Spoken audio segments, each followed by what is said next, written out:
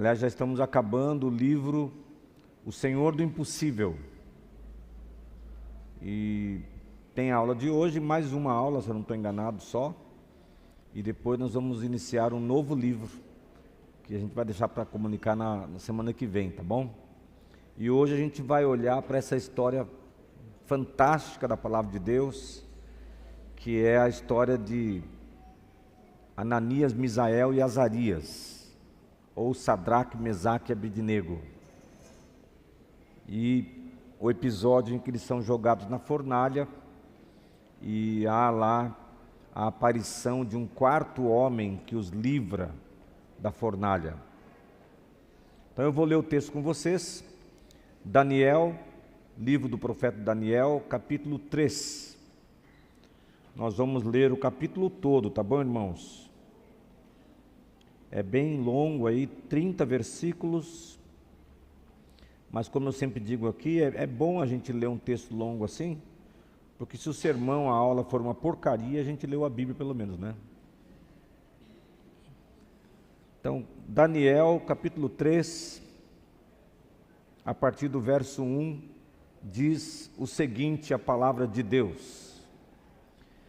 O rei Nabucodonosor fez uma estátua de ouro de 27 metros de altura e 2,7 metros de largura e a colocou na planície de Dura, na província de Babilônia. Em seguida enviou mensageiros a todos os altos funcionários, oficiais, governadores, conselheiros, tesoureiros, juízes, magistrados e todas as autoridades das províncias para que viessem à dedicação da estátua que ele havia levantado. Todas essas autoridades vieram e ficaram diante da estátua que o rei Nabucodonosor havia levantado. Então o arauto gritou: povos de todas as raças, nações e línguas, ouçam a ordem do rei. Quando ouvirem o som da trombeta, da flauta, da cítara, da lira, da harpa, do pífaro e de outros instrumentos musicais, prostrem-se no chão para adorar a estátua de ouro levantada pelo rei Nabucodonosor. Quem não obedecer será lançado de imediato na fornalha ardente. Portanto, ao som dos instrumentos musicais, todos, não importando sua raça, nação ou língua, se prostraram no chão e adoraram a estátua de ouro que o rei Nabucodonosor havia levantado. Alguns dos astrólogos, porém, foram ao rei e denunciaram os judeus. Disseram ao rei Nabucodonosor: que o rei viva para sempre. O rei publicou um decreto exigindo que todos se prostrassem e adorassem a imagem de ouro quando ouvisse o som da trombeta, da flauta, da cítara, da lira, da harpa, do pífaro e dos outros instrumentos musicais. Só um parênteses aqui. Esse negócio de ficar repetindo tudo aqui é chato no texto, né? É coisa aqui da linguagem da época, por isso que a gente não está tão acostumado assim. Não uma crítica, claro, à palavra de Deus, mas ao costume da época de textos assim repetitivos, né? De acordo com esse decreto, quem não obedecer será lançado na fornalha ardente. Alguns judeus, Sadraque, Mesaque e Abednego, que o rei encarregou da província da Babilônia, não lhe dão atenção ao rei, recusam-se a servir seus deuses e não adoram a estátua de ouro que o rei levantou. Então o rei Nabucodonosor se enfureceu e ordenou que lhe trouxessem Sadraque, Mesaque e Abednego. Quando eles foram conduzidos à presença do rei, ele lhes disse: Sadraque, Mesaque e Abednego, é verdade que vocês se recusam a servir meus deuses e a adorar a estátua que levantei? Eu lhes darei mais uma chance de se prostrarem e adorarem a estátua que fiz quando ouvirem o som dos instrumentos musicais. Se contudo vocês se recusarem, serão lançados de imediato na fornalha ardente. E então, que Deus será capaz de livrá-los de minhas mãos? Sadraque, Mesaque e Abednego responderam: ó Nabucodonosor, não precisamos nos defender diante do rei. Se formos lançados na fornalha ardente, o Deus a quem servimos pode nos salvar. Sim, ele nos livrará de suas mãos, ó rei. Mas ainda que Ele não nos livre, mesmo que Ele não nos livre, se Ele não nos livrar, queremos deixar claro ao rei que jamais serviremos seus deuses ou adoraremos a estátua de ouro que o rei levantou. Nabucodonosor se enfureceu tanto, o seu semblante mudou, se enfureceu tanto com Sadraque, Mesaque e Abednego, que seu rosto ficou desfigurado de raiva. Seu semblante mudou. Então ordenou que a fornalha fosse aquecida 7 vezes mais que de costume. Deu ordens também para que alguns dos homens mais fortes de seu exército amarrassem Sadraque, Mesaque e Abednego e os lançassem na fornalha ardente. Eles os amarraram e os lançaram na fornalha inteiramente vestidos com túnicas, turbantes, mantos e outras roupas. E uma vez que o rei em sua ira havia exigido um fogo tão quente na fornalha, as chamas mataram os soldados que jogaram os 3 lá dentro. Assim, Sadraque, Mesaque e Abednego, amarrados, caíram nas chamas intensas. De repente, porém, o rei Nabucodonosor se levantou espantado e disse a seus conselheiros: não foram 3 os homens que amarramos e lançamos na fornalha? Sim, ó rei, eles responderam. Olhem, disse Nabucodonosor, vejo 4 homens desamarrados andando no meio do fogo, sem se queimar. E o 4º homem se parece com um filho de deuses. Então Nabucodonosor se aproximou o máximo que pôde da porta da fornalha ardente e gritou: Sadraque, Mesaque e Abednego, servos do Deus Altíssimo, saiam, venham aqui. E Sadraque, Mesaque e Abednego saíram do meio do fogo. Os altos funcionários, os oficiais, os governadores e os conselheiros se juntaram ao redor deles e viram que o fogo não os havia tocado. Nem um fio de cabelo na cabeça deles estava chamuscado, e as suas roupas não estavam queimadas, nem sequer tinham cheiro de fumaça. Então Nabucodonosor disse: louvado seja o Deus de Sadraque, Mesaque e Abednego. Ele enviou seu anjo para livrar seus servos que nele confiaram. Eles confiaram a ordem do rei, eles desafiaram a ordem do rei e estavam dispostos a morrer em vez de servir ou adorar qualquer outro Deus que não fosse seu próprio Deus. Portanto, faço este decreto: se qualquer pessoa, não importando sua raça, nação ou língua, disser uma palavra contra o Deus de Sadraque, Mesaque e Abednego, ela será despedaçada em sua casa, transformada num monte de escombros. Não há outro Deus capaz de livrar dessa maneira. Então o rei promoveu Sadraque, Mesaque e Abednego a cargos ainda mais elevados na província da Babilônia. Amém? Uma história fantástica, não é, irmãos? Eu quero começar a aula explicando aos irmãos o contexto histórico. Como que eles chegaram nesse ponto. Aqui nós temos o exílio babilônico. Provavelmente aqui esse rei Nabucodonosor era o Nabucodonosor II. Ele era mais violento que o primeiro. E depois de uma batalha intensa, ele destruiu Jerusalém e levou sitiado, então Jerusalém foi sitiada, e ele levou para a Babilônia como exilados todo o povo, principalmente as autoridades, os intelectuais, aqueles que tinham alguma habilidade especial. Ficaram em Jerusalém apenas os idosos, os incapazes, os deficientes. E essas pessoas, então, que foram levadas pela deportação em massa dos hebreus, que faziam parte do antigo reino de Judá, eles foram transferidos para a Babilônia, e lá na Babilônia eles tinham uma vida, entre aspas, normal. Eles podiam construir suas coisas, suas casas, até viver em comunidade, eles podiam fazer suas plantações, eles podiam trabalhar na Babilônia, mas este era um método comum na época para enfraquecer os inimigos.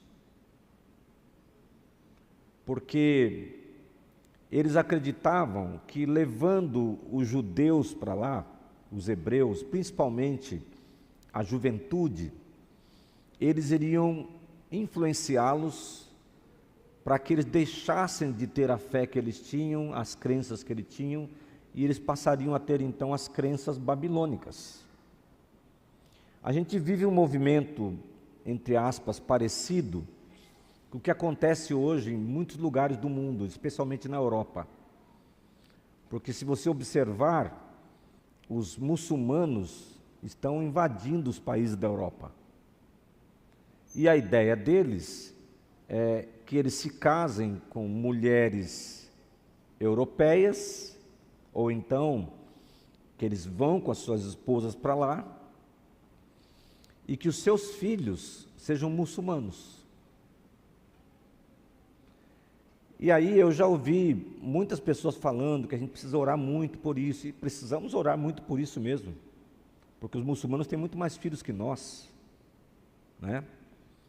Mas tem um detalhe que a gente desconsidera nessas histórias, que é Deus. E o nosso Deus não perde o controle da situação. Então me parece que o que acontecia lá atrás na Babilônia, com esses jovens que não se deixaram corromper, com Deus agindo e transformando aquela geração inteira para que eles voltassem a ser uma nação reunida, também pode acontecer hoje. E eu ouço poucas pessoas falando, por exemplo, que os muçulmanos que estão tendo tantos filhos na Europa, que a segunda e terceira geração dessas famílias também pode perder a fé muçulmana em contato com o Ocidente, com o cristianismo. E isso também tem acontecido. E a gente toda hora escuta relatos de ex-muçulmanos agora convertidos ao cristianismo. Então, Deus é o fator principal da história. Nessa história aqui que nós estamos, para a qual nós estamos olhando hoje, nós vemos claramente isso. Deus jamais perdeu o controle da história do seu povo. Eu quero fazer alguns destaques nesse texto. Primeiro, lá no capítulo 1, nós vemos que Daniel e seus amigos decidiram não se contaminar com os manjares do rei. Eles não tinham liberdade para decidir não comer as iguarias do rei e comer outra comida, não beber os vinhos do rei e beber outra bebida. Eles só poderiam fazer isso com uma autorização do responsável por eles. Lá o copeiro do rei que cuidava dessas coisas. Mas eles pediram esse direito de não comer as mesmas coisas que os outros jovens judeus iriam ser obrigados a comer. Por que só eles pediram? Não sei.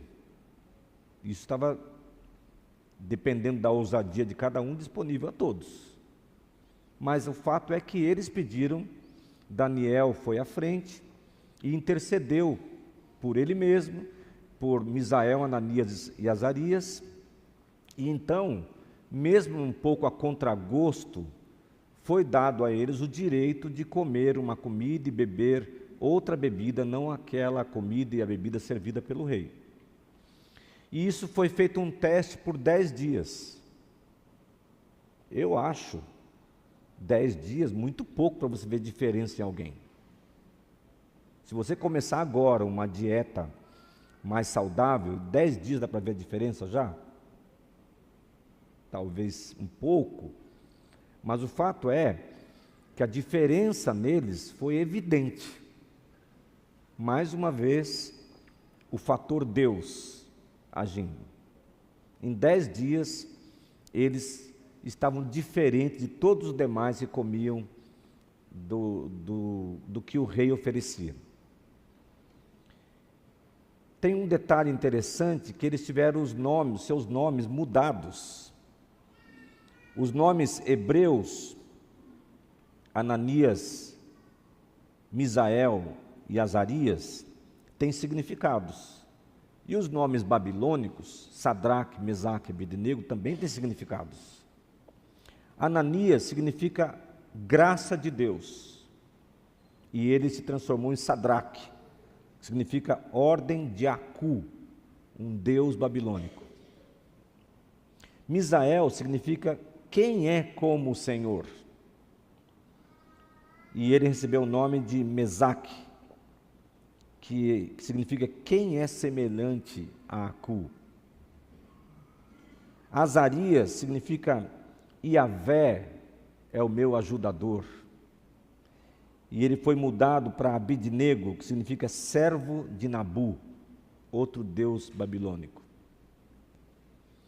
Mas é inspirador que esses jovens tiveram seus nomes mudados, mas seus corações continuaram sendo hebreus, servos de Deus. Eu quero fazer um parênteses aqui, porque a gente tem ouvido nos últimos tempos algumas pessoas, pastores até falando, que você não deve mandar seus filhos para a faculdade pública, universidade pública, porque eles vão se desviar da fé. Eu vi até alguém falando assim, é melhor que ele fique burro, mas continue crente. Quem aqui tem um filho fora da igreja? Um filho que aprendeu o evangelho e hoje não está na igreja? Eu tenho um. Tá, vários irmãos aí. Então eu vou dar uma palavra de esperança para você. Olhe, aquilo que você ensinou é maior do que o que o mundo ensina. Aquilo que está dentro do seu filho ou da pessoa da sua família que conheceu o evangelho é maior. E nós não podemos deixar de crer que ali na frente Deus pode manifestar o seu poder por alguma circunstância, por meio de uma pessoa que vai entrar no caminho do seu filho, do seu irmão, e as coisas vão mudar, e vai haver um retorno. Porque ainda há pessoas que são lembradas do que Deus fez, e Deus continua agindo, irmãos. Então, não perca a esperança. Quando Deus está na história, tudo é possível acontecer. Também, como eu já disse, Deus fez com que eles prosperassem, isso no capítulo 1 ainda. Deus lhes concedeu que ficassem mais saudáveis e de aparência mais forte que os demais. Além disso, Deus lhes deu aptidão incomum para entender todos os aspectos da literatura e da sabedoria, de tal forma que eles se destacaram, não apenas entre os jovens hebreus que foram levados no cativeiro, mas até mesmo entre os jovens babilônicos. Eles receberam de Deus um dom especial. Isso aqui não é meramente um talento da pessoa. Foi Deus quem concedeu que eles ficassem assim. E isso é algo maravilhoso que o nosso Deus faz. Deus estava sem dúvida construindo a história. Também destaco que depois de 3 anos, eles foram apresentados ao rei, e nenhum impressionou mais Nabucodonosor do que Daniel e seus 3 amigos. Deus realmente escreve a sua história, e Ele usa pessoas, e Ele faz o que Ele deseja fazer por meio dessas pessoas, e não há ninguém capaz de impedir o plano de Deus acontecer. Então Deus levantou esses 4 amigos, Daniel, Misael, Ananias e Azarias, e eles impressionaram até mesmo o soberano mais poderoso do mundo na época. Ele tinha ao seu redor Até então ele imaginava pessoas sábias, capazes de dar os melhores conselhos para ele. Como aconteceu, por exemplo, com Daniel. O rei teve sonhos, ficou extremamente incomodado com seus sonhos e convocou os seus sábios, os seus astrólogos lá, os seus magos, para interpretarem o sonho. E os camaradas chegaram lá e quiseram dar um migué no rei.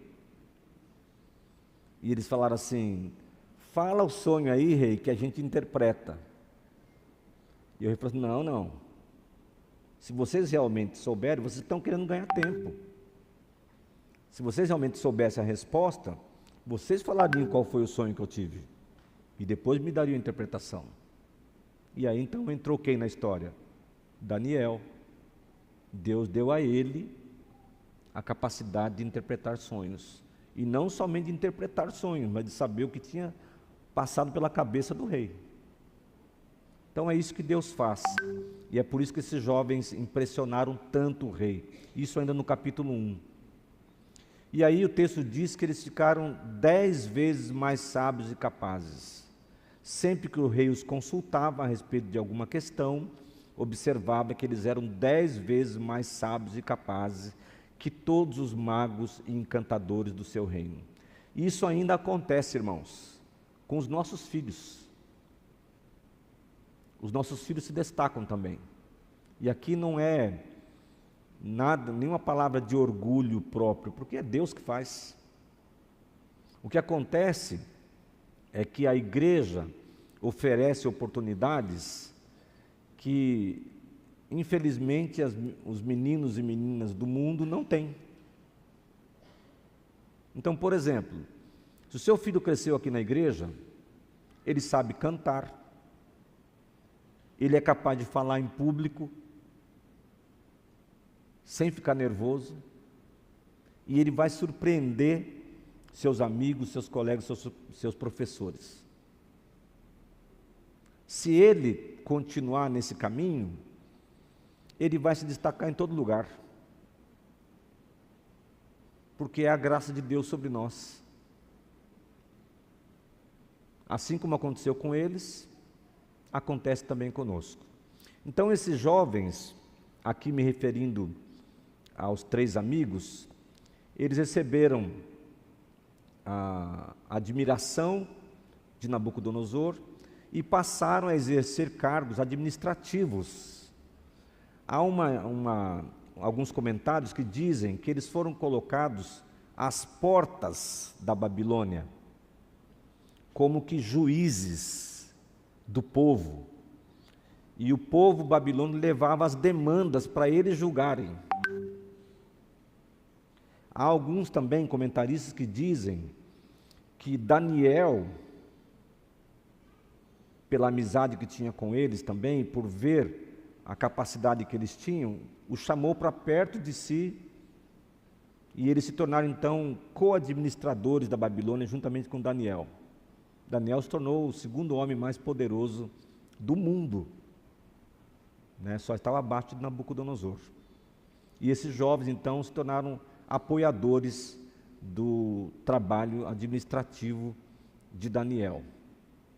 No capítulo 13, nós temos a citação da estátua de Nabucodonosor. O rei mandou erigir uma estátua de ouro de 27 metros de altura e 2,70 metros de largura. Você sabe quantos metros tem o Cristo Redentor? Quem sabe? Menos. Quantos? Quanto? Menos. Dá um Google aí, gente. 30 metros de altura. Sem contar... Bom, Lucas, você acertou se você contou o pedestal. Te dei um Google aí, né? Se foi lá? Ah, legal. Então, o pedestal tem 8 metros. A estátua tem 30. Agora, você já imaginou uma estátua próxima dessa medida, de ouro. O Cristo Redentor, eu imagino que deve ter, porque eu vi algumas partes lá, umas 15 toneladas. E é uma estátua oca. Então eu imagino a riqueza que havia aqui. E o que esse rei sentiu em ver a sua imagem daquele tamanho de ouro. Como a arrogância humana é impressionante, não é, irmãos? É impressionante. E aí ele determinou que todos deviam adorá-la com pena de morte na fornalha ardente para quem se negasse a fazer isso. Ele colocou a estátua lá, e quando tocasse todos os instrumentos, todo mundo deveria se curvar e adorar a estátua do rei. Quer dizer, o camarada se achava, né? Depois nós temos o desafio de Nabucodonosor aos 3 amigos. Que Deus poderá livrá-los das minhas mãos? Que Deus poderá livrá-los de mim? Aqui o rei se coloca publicamente em posição superior ao Senhor. E só que a gente já viu aqui que a resposta de Deus o humilhou completamente, e não foi a primeira vez na história. Depois os 3 amigos dão uma resposta também que nos ensina muito. O destaque está na expressão, se ele não nos livrar. Deus pode nos livrar e nos livrará. Mas, mesmo se ele não nos livrar, nós não vamos nos curvar à tua estátua, ó rei. E nós não vamos adorar os teus deuses.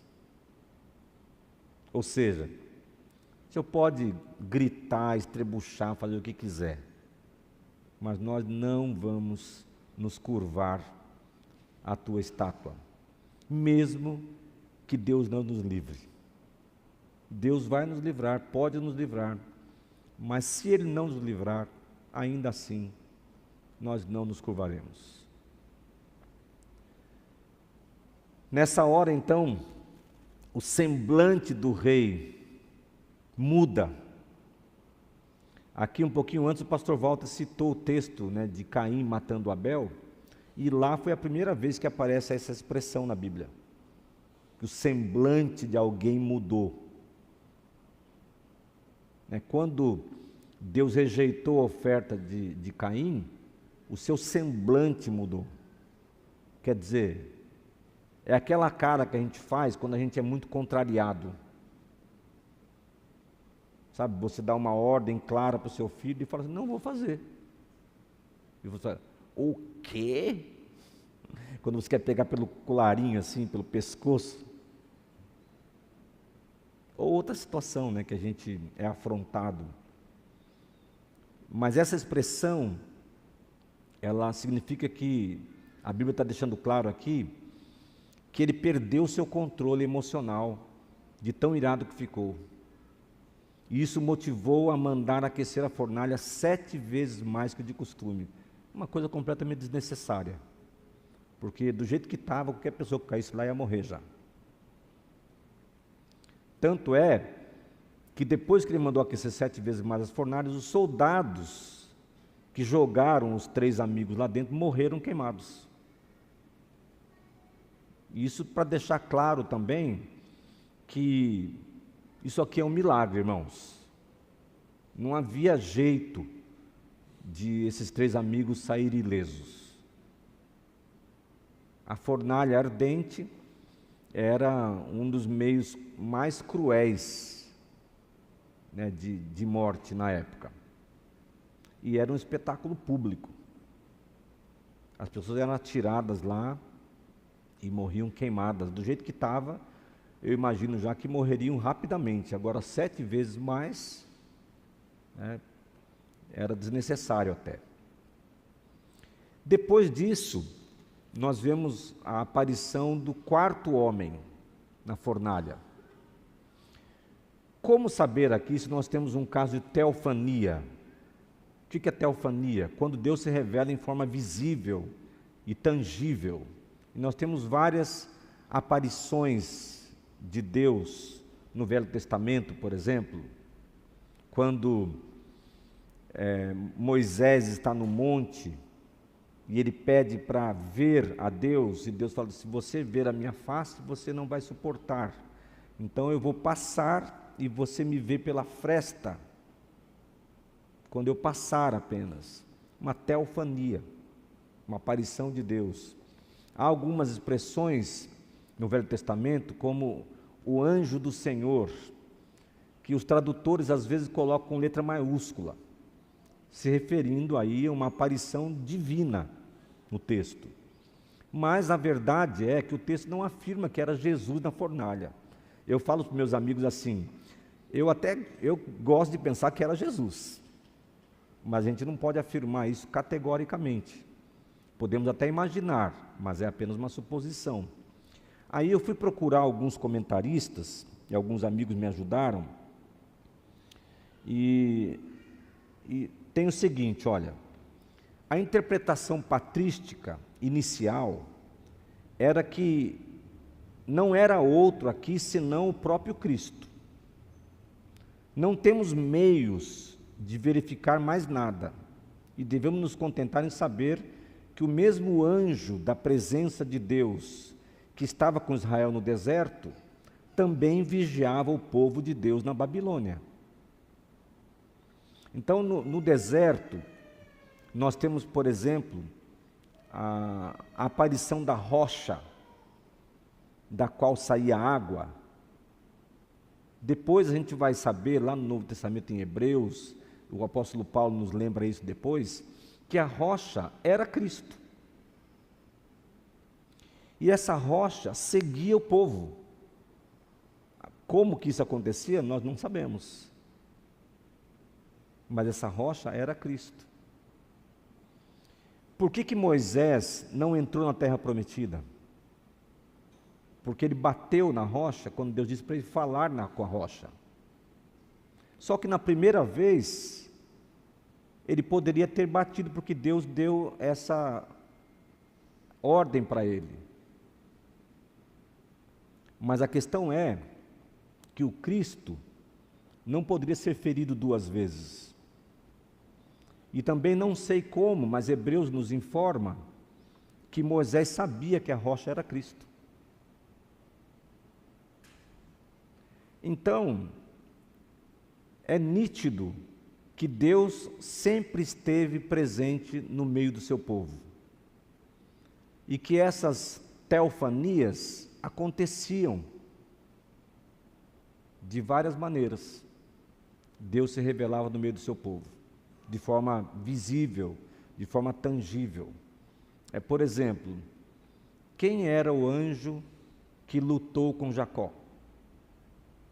Nós não sabemos, a Bíblia não fala, mas muitos comentaristas entendem que era o próprio Cristo. Isso aqui é apenas uma informação para os irmãos saberem. Um outro detalhe que eu destaco, e o último detalhe que eu destaco, é que o milagre, que foi um milagre por inteiro, nem um só fio de cabelo chamuscado e nem cheiro de fogo havia neles. O que acontece quando você vai a um churrasco e depois você chega em casa? Você tem que pôr a roupa para lavar, né? Porque as roupas estão cheirando churrasco, não é? E você nem entrou no fogo. Aqui nem cheiro de fogo tinha neles. E isso é bem diferente de alguns milagres, entre aspas, que a gente vê hoje em dia acontecendo em várias igrejas por aí, na televisão.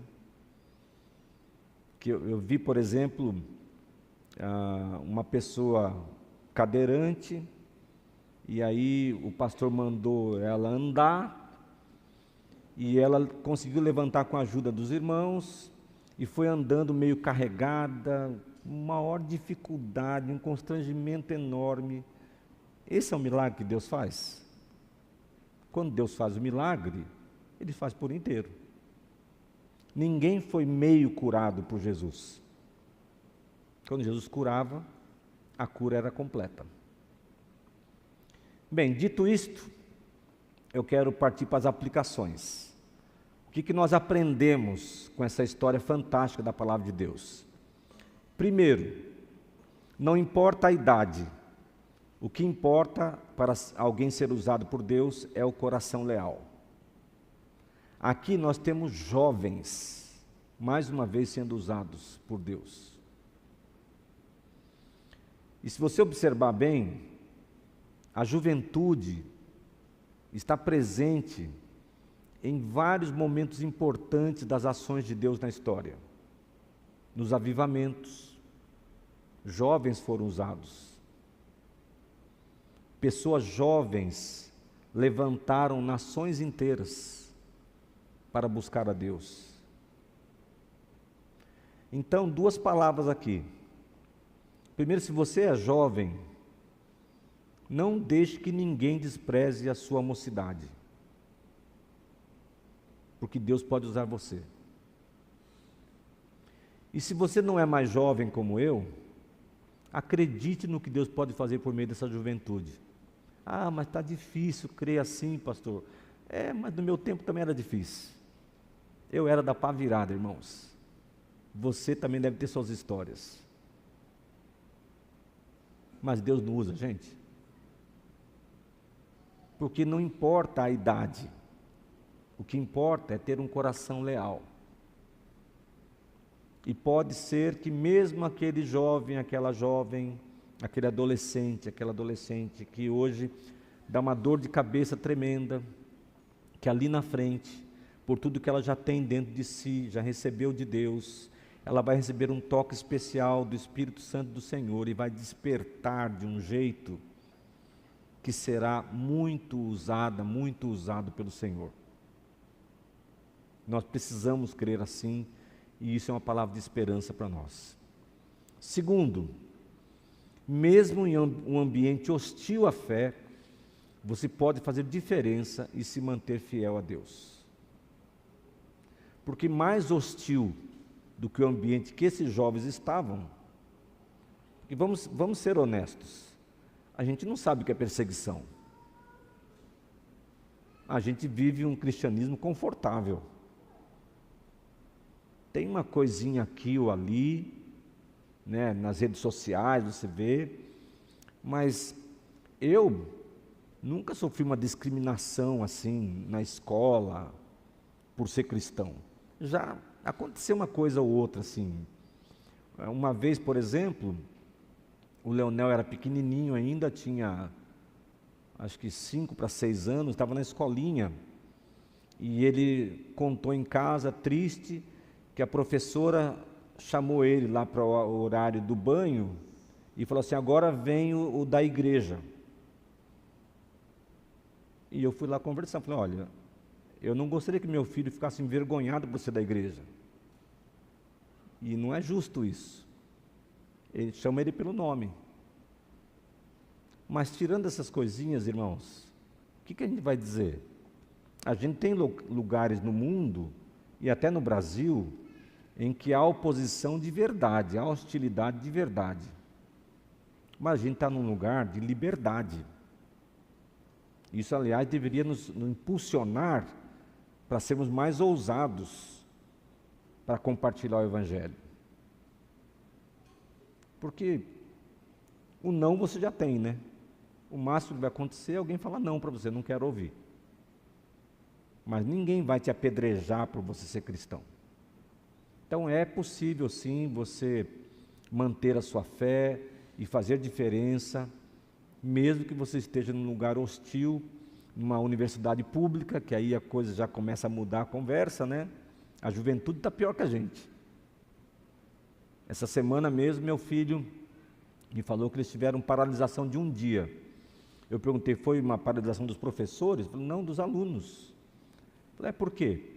É porque eles estavam brigando por cotas para alunos trans. Eu falei assim, muito bem, né? Vocês que já entraram na faculdade, agora brigando por cotas. Por que não fizeram protesto antes? Então essas ideologias estão por aí, mas ainda eu reafirmo, aquilo que está em nós e dentro dos nossos filhos é maior. Nós precisamos fortalecer a verdade do Evangelho dentro deles. 3, Deus te honrará com sabedoria para se destacar onde você estiver, e isso trará glória para o nome dele. Se você for leal a Deus, Deus vai te abençoar de muitas maneiras, com capacidades extraordinárias, com sabedoria, para ser destaque onde você estiver. Mas isso não é para a sua glória, é para a glória dele. Deus faz isso, e Deus quer usar você dessa maneira.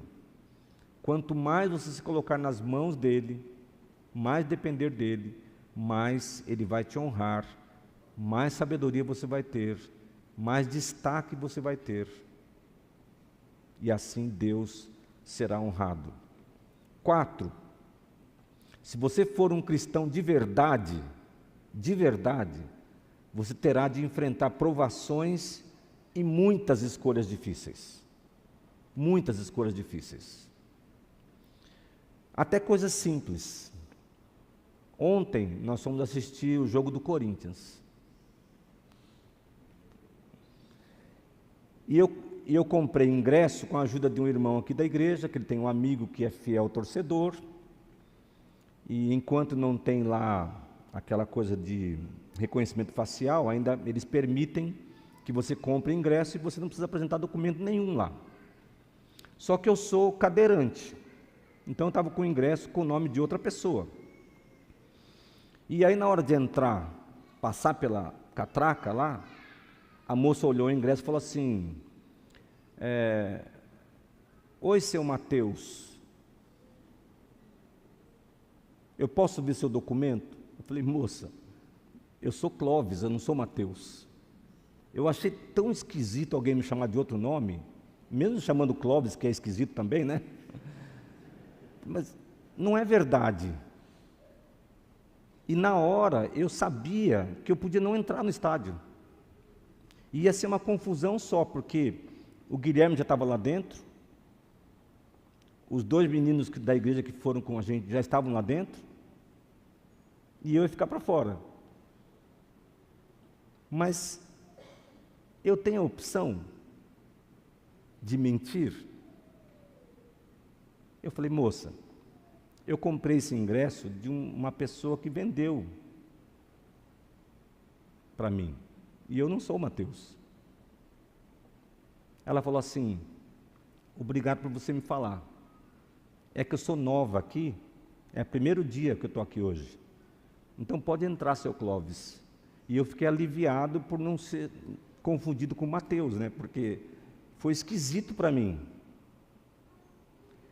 E quantas decisões difíceis a gente tem que tomar todos os dias para fazer o que é certo? Por exemplo, eu tenho o cartão de vaga para preferencial, né, para vagas exclusivas para deficientes físicos. Mas eu não estaciono em vagas para idoso. De jeito nenhum. Não estaciono. Eu posso ficar rodando e ter 20 vagas para idosos. Eu não estaciono, eu não sou idoso ainda. Falta pouco. Mas não chegou o cartãozinho ainda. Quando eu tiver o cartão, vai ter os 2 cartões. Vou por lá. Mas até então eu não estaciono. Nem é rapidinho, nem por 5 minutos. E isso é uma coisa mínima. Só que a palavra de Deus nos diz que quem é fiel no pouco, será fiel no muito. Vou contar a última que aconteceu ontem. Ontem foi o dia para acontecer as coisas, né? Pode fazer, não era para ter ido no jogo, tá vendo? Eu fui ao banheiro do shopping lá, que é ao lado do estádio, e pus meu celular assim, numa grade de apoio, assim ao lado, e esqueci o celular no banheiro. Meu celular com 2 cartões aqui dentro, né? Quando eu lembrei, voltei imediatamente para lá. Só que cheguei lá, não estava mais. Aí falei com as moças que estavam lá, ninguém viu.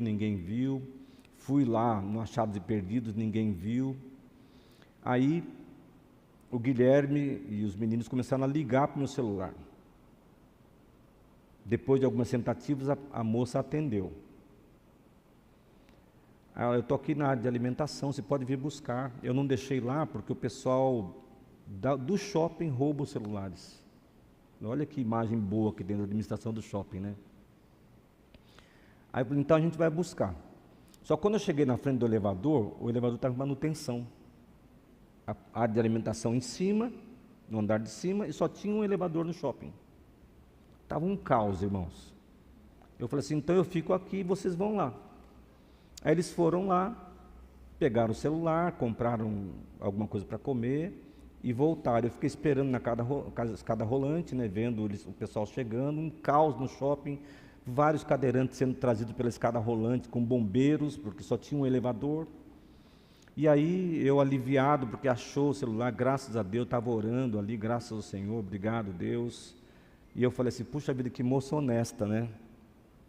E eu perguntei assim, filho, e o que ela tinha assim, qual deficiência que ela tinha? Alô? Ela não era cadeirante. E o que ela estava fazendo no banheiro exclusivo para cadeirante? Então, ela foi honesta com uma coisa maior e uma coisa menor não. E isso não é para nós. Está acabando a bateria, será? Nós temos que ser... Alô? Alô? Vai trocar, Rodrigo?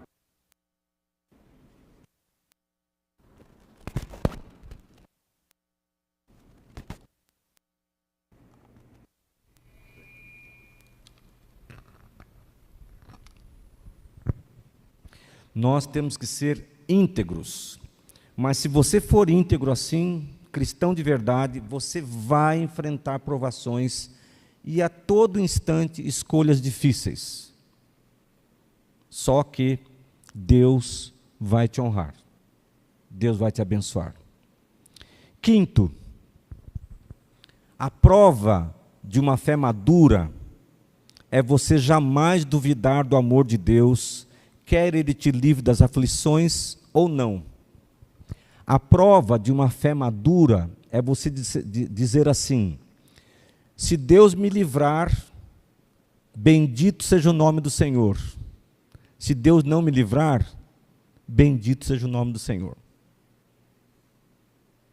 Tem coisas que eu não entendo, mas eu continuo confiando plenamente no Senhor, porque eu sei que Ele sabe todas as coisas. Tem coisas que jamais eu entenderei. Por que aconteceu isso comigo? Mas eu continuo confiando no Senhor. Isso é uma fé madura. Uma fé que não balança quando você sofre, quando você passa aflições, quando alguma coisa ruim te acontece. A fé madura faz você acreditar que Deus jamais perde o controle. Então essa fala aqui desses jovens é uma grande lição para nós. O meu Deus pode, o nosso Deus pode nos livrar e nos livrará. Mas mesmo se não nos livrar, você não entendeu, ó rei, que não está em jogo aqui a nossa fé? Você não entendeu que a gente não vai se curvar diante da tua estátua? Que a gente não vai fazer isso. Se pode matar a gente, mas nós não tememos aquele que mata o corpo. Nós tememos aquele que pode lançar nossa alma no inferno. Isso é uma fé madura. Uma fé que resiste às tempestades. Uma fé que não diminui nos dias difíceis. Pelo contrário, ela cresce, ela se fortalece nos dias difíceis, ela amadurece. Então, Essa fé é aquela que leva você a jamais duvidar do amor de Deus. Quando você começa a questionar, será que Deus esqueceu de mim? A sua fé está vacilante. E você precisa se reabastecer em Deus. O seu alvo deve ser sempre ter uma fé madura, firme, forte. Agora, saiba também que mesmo quando a sua fé for vacilante, ainda assim Jesus te carrega nos braços. Quando a sua fé for vacilante, Deus será por você. Como o hino antigo que a gente cantava, oscilando minha fé, Cristo valerá. Essa é a bondade do Senhor. Sexta lição. Algumas vezes Deus não te livrará das lutas. Saiba isso já. Tem coisas que você vai passar. Deus não vai te livrar. Você vai orar e Deus vai dizer não para você. Mas sempre Deus estará com você nas lutas. Esta é a certeza. Deus não te livra de todas as lutas, mas está com você em todas elas. E isso é o que importa, irmãos. É isso que vale para nós. Porque saber que o nosso Deus está conosco em qualquer circunstância é o que me fortalece e me faz passar por essas circunstâncias. Porque nós não estamos sozinhos. Nós temos um Deus que nos ampara, um Deus que conhece as nossas lágrimas, que sustenta o nosso coração, que não permite que os nossos pés vacilem, mesmo no dia difícil. Nós não estamos sozinhos. Sétima aplicação. A sua fé inegociável trará glória para Deus. Este é um sinal da fé inegociável. Sempre traz glória para Deus. E no tempo certo, Ele te levará a honrá-lo ainda mais. A fé verdadeira traz glória para Deus, não para homens, não para nós. Se você tiver essa fé inegociável, que é forte no dia bom e é mais forte ainda no dia mau, Deus vai honrar você. Só que isso é um processo que Deus constrói para que o nome dele seja mais engrandecido, para que o seu testemunho de vida alcance outras pessoas, para que pessoas se convertam, pessoas sejam transformadas com o poder de Deus agindo na sua vida. Então é um presente de Deus para nós, um presente duplo. Nós somos abençoados, porque Ele nos coloca em posição de destaque, mas por meio de nós somos usados para que o reino de Deus cresça ainda mais e pessoas o honrem, pessoas o louvem, pessoas se convertam e tudo mais. E finalmente, última lição, você receberá mais ou menos oposição do mundo, na mesma medida em que for mais ou menos leal a Deus. Então, eu me arrisco a dizer que se você está vivendo uma vida também muito tranquila, é porque você não está se expondo tanto como cristão. Se você não tem oposição nenhuma na sua vida, na sua família, entre seus amigos, é porque você também não está deixando claro o seu cristianismo. Porque Jesus nos disse que o Evangelho, ele veio não para unir, mas para causar divisão. Entre pai e mãe, entre irmãos, entre amigos. Porque algumas vezes em que você for usado por Deus para falar do amor de Deus, falar de Jesus para alguém, talvez essa pessoa não queira mais te ouvir. Nós temos muitas histórias na nossa igreja mesmo de pessoas que se converteram e que decidiram se batizar e que foi um racha na família. É um preço que se paga. Nós não fomos chamados para ter uma vida fácil. E, ao contrário do que alguns pensam, o cristianismo, ele é exclusivista. Não é o tipo de fé que aceita tudo. Não, não aceita tudo. Por exemplo, é você que determina o que é pecado? Não, é a palavra de Deus. Quer você concorde ou não, é a palavra de Deus. Ah, mas eu não acho que isso é lógico. Então, infelizmente, a sua opinião não significa nada. Porque é a palavra de Deus que determina o que é certo, o que é errado, o que é pecado, o que não é. Então, no mundo de hoje, um caso claro, homossexualismo, a prática homossexual é pecado? É pecado. A gente precisa tratar as pessoas com respeito, com amor e com dignidade? Sim.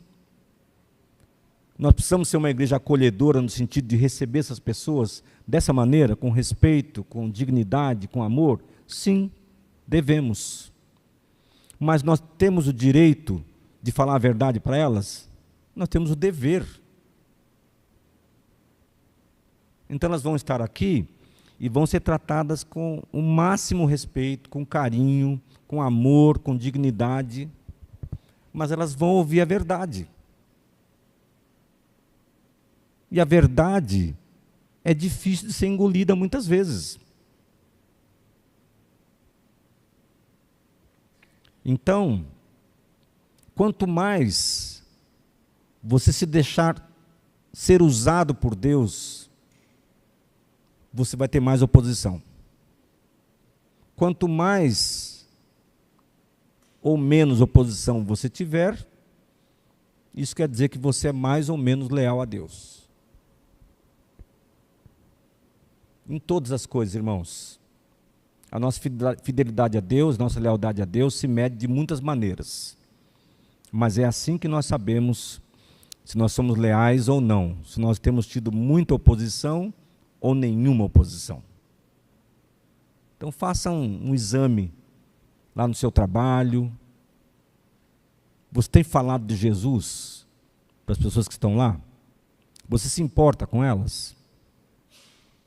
Ah, mas o que vai acontecer se eu falar de Jesus para o meu colega de trabalho? Eu não sei. Mas eu sei o que vai acontecer se ele não se converter. E você não acha que ele precisa saber disso? Ah, tem pessoas na sua família que não conhecem o amor de Deus ainda, e você está aí dando essas palavras aí, geraizonas assim, e não vai onde tem que ir, falar o que tem que ser falado, do Evangelho. Irmãos, ninguém se converte assim. Tem que pregar o Evangelho. E o Evangelho é contundente. Só que se você pregar o Evangelho e viver o Evangelho, você pode sofrer muito mais oposição. Só que, mais uma vez, nós não temos escolha. Esse é o nosso chamado. Esse é o propósito de Deus para a nossa vida. E Deus vai te abençoar e vai te honrar se você fizer isso. Amém? Que Deus abençoe seu dia, um ótimo domingo com a família.